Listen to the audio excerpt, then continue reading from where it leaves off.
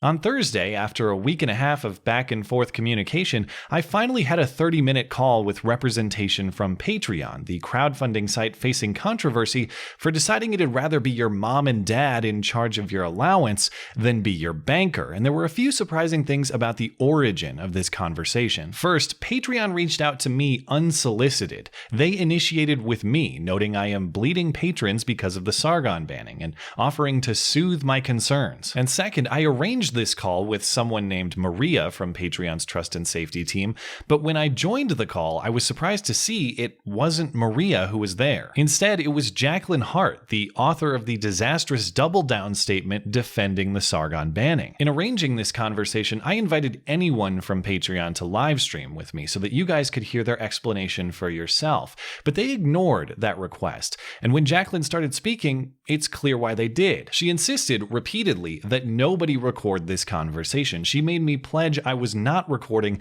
as a condition of having this conversation. And so for legal reasons, I definitely did not record this conversation. But I did transcribe this conversation with some help. That transcript is linked atop the description. You are free to read it at your desire. And with the rest of this video, I will discuss what I believe to be the most noteworthy parts of that conversation, and there are plenty. In terms of content, there were 3 topics I wanted to cover with this conversation: my personal circumstances with Patreon, the standard that was enforced against Sargon, and the process used to enforce that standard. Each of these segments of the discussion had significant revelations, but none more significant to me than 3 primary ones. First, that explicitly, by Jacqueline's description, Patreon is not a free speech platform. Second, that explicitly, by Jacqueline's description, Patreon is not a free market. And third, explicitly, by Jacqueline's description, rules enforcement on Patreon is subjective by design. If you take nothing else away from this video, I want you to remember those 3 things. I started by describing just how severe the loss on my personal Patreon account is. As of the phone call, my account was down 39% of total patrons, 42% of the money. That wipes out basically all the progress I made in 2018.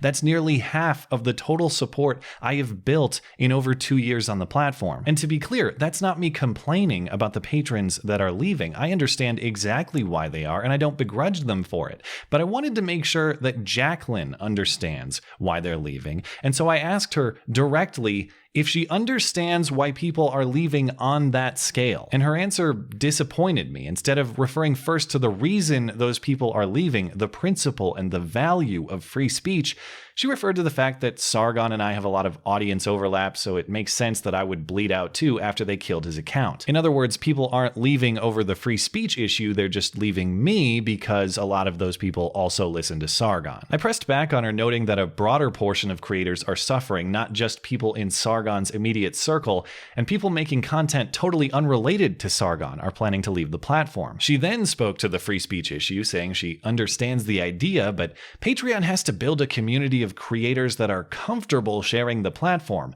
and to allow what some would call free speech would make other creators uncomfortable. She said if they build a platform that was 100% dedicated to free speech, they would be betraying their mission. So I naturally asked, what percent dedicated to free speech is Patreon?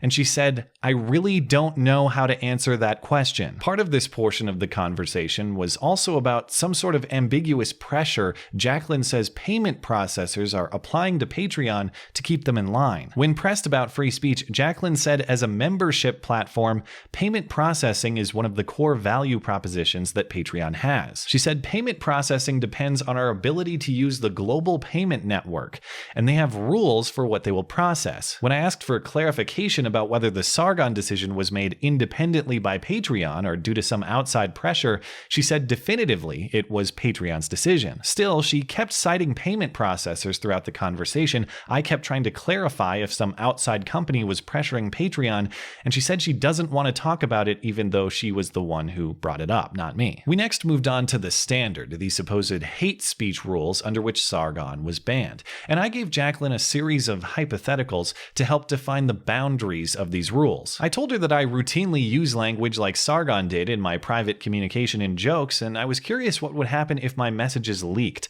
if Patreon would ban me for them. Like the email Patreon had sent me earlier, she said it's a case-by-case basis and that every creator is an individual. I asked how treating everyone individually is possibly a viable standard and said that the goal should be uniform treatment for everyone.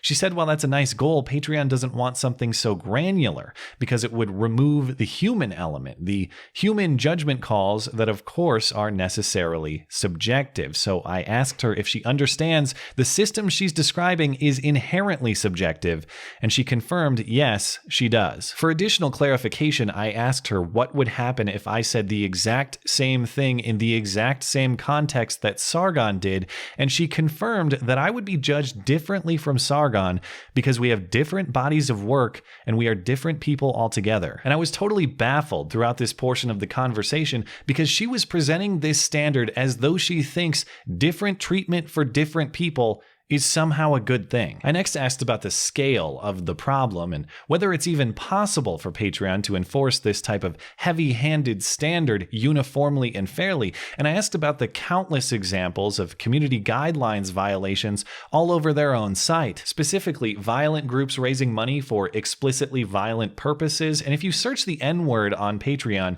you get over 10 pages of results. And Jacqueline offered some matters of fact that are of note. First, she said that Patreon's review of an account is always prompted by user reports, not just Patreon representatives patrolling the website. She then revealed that the trust and safety team doing this evaluation is only about 17 people.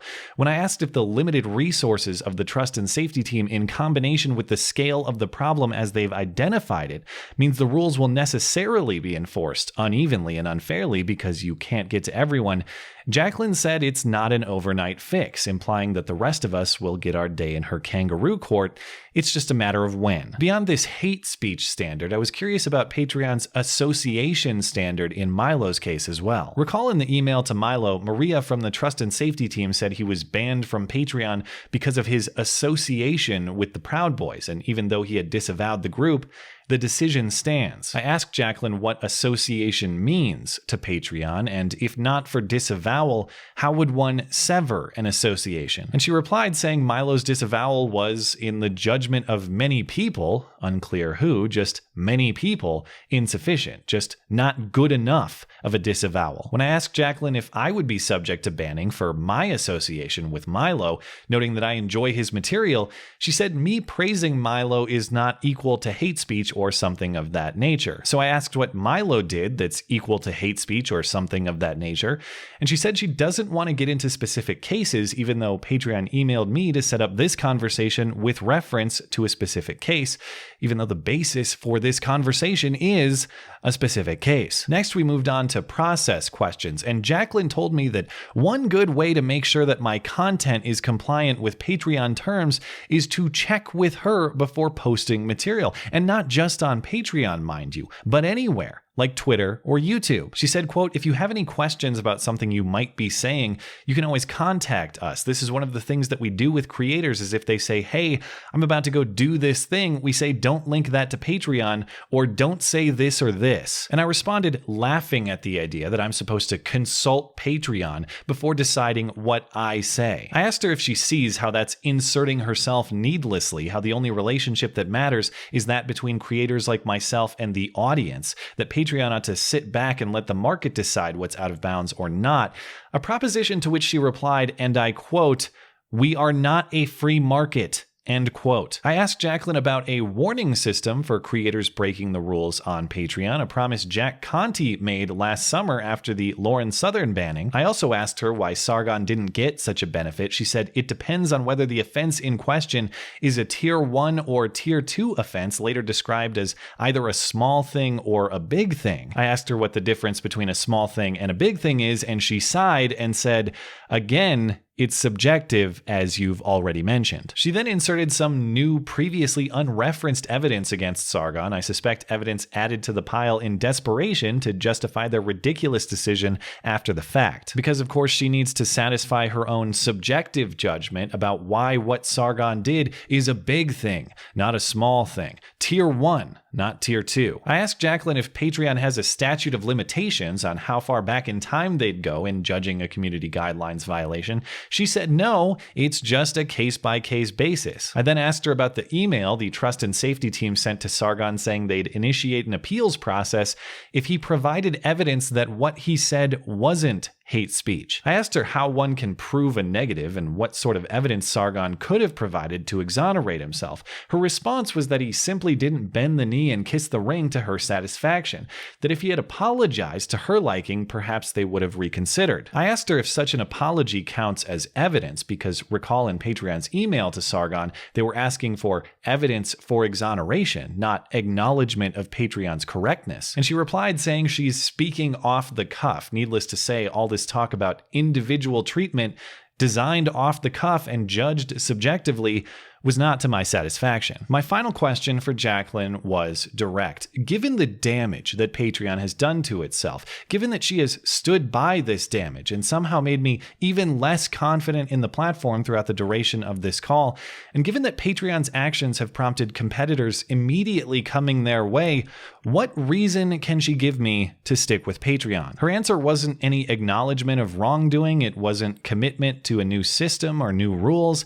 It wasn't apology for the damage she and her team have done to my livelihood and my business. Instead, it was just vague emotional appeal nonsense about how Patreon loves its creators and understands payment processors. She asked me to stay in contact with her, and I could not commit to that request since I cannot commit to their platform. And so now here we are. After this phone call, I want to delete my Patreon account outright on principle. I want to abandon the place that helped me build the platform from which I speak to you now, and I will eventually. It's just a question of how. I am very conflicted about whether to be immediate with that abandonment, about whether to sever my income abruptly and throw caution to the wind, or try to ride out the storm to make a smoother transition to a place that will allow me to connect with my audience and other creators I enjoy without subjective, moralistic meddling. However this happens, it has to happen, because after this conversation, I am acutely aware it is not a question of whether the Patreon Trust and Safety team targets me. It's a question of when. Until we can find a home that is safe from this type of heavy-handed, ideologically driven oversight, there is a lot of uncertainty to navigate. And I'd like at least the holidays to consider that navigation, to come up with a plan. I hope that those of you who want more decisive action from me are willing to grant me that courtesy. But I know this is all going to be fine long term, because it's not Jack Conte that provides this arrangement with security. It's all of you. And as long as you're still watching, I'm still making. And before I'm out of here, I will also add that if anyone has any questions about the specifics of this conversation, send me an email. My address is listed in the description below. Merry Christmas and Happy New Year. And of course, thanks as always for listening and for supporting this channel always. Appreciate that thoughtful discussion down below, and especially over on Twitter. That is at ML Christiansen. You're always welcome to come hang out and chat in my live streams. Those are linked down in the description. Looking forward to it. Goodbye.